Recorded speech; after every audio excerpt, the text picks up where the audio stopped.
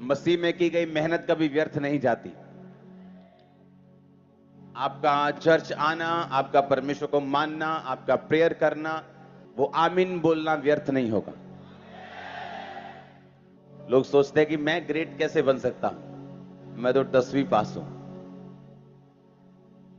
गिदोन के पास परमेश्वर का दूत आया और बोला, हे शूरवीर सूरमा, यहोवा तेरे संग है।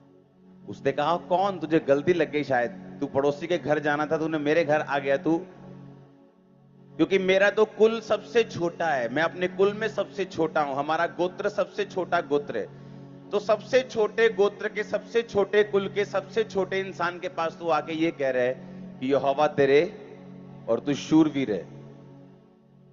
आप इस तरह अपने आप को देख सकते हैं, जिस तरह आपकी लाइफ चल रही है, जिस तरह का आपका बैकग्राउंड है, जिस तरह के घर में आप पैदा हुए हैं, लेकिन परमेश्वर आपको ऐसा देख रहा है जैसा आप कल होंगे, और वो आपको ग्रेट देख रहा है। आप वो ले सकते हैं जो परमेश्वर के दिल में है, आप वो ले सकते हैं जो परमेश्वर के हार्ट में है, आप वो ले सकते हैं जो परमेश्वर आपके विषय में सोचता है।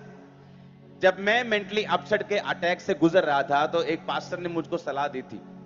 उसने कहा था कि शीशे के सामने खड़ा होना है और मिरर के सामने खड़े होकर, शीशे के सामने खड़े होकर रोज अपने आप से बात करनी है और अपनी लाइफ के ऊपर घोषित करना है कि तू परमेश्वर का दास है, परमेश्वर तुझे इस्तेमाल करेंगे, परमेश्वर तुझे, रोज घोषणा करनी है अपने आप को देखकर।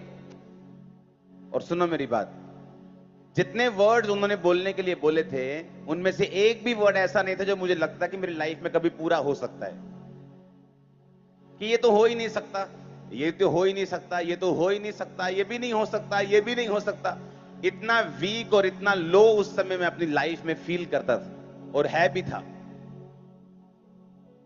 लेकिन परमेश्वर ने मुझे बताया कि मैं तेरे विषय में ये सोचता हूं। अब अगर तुझे वो प्रैक्टिकली लेना है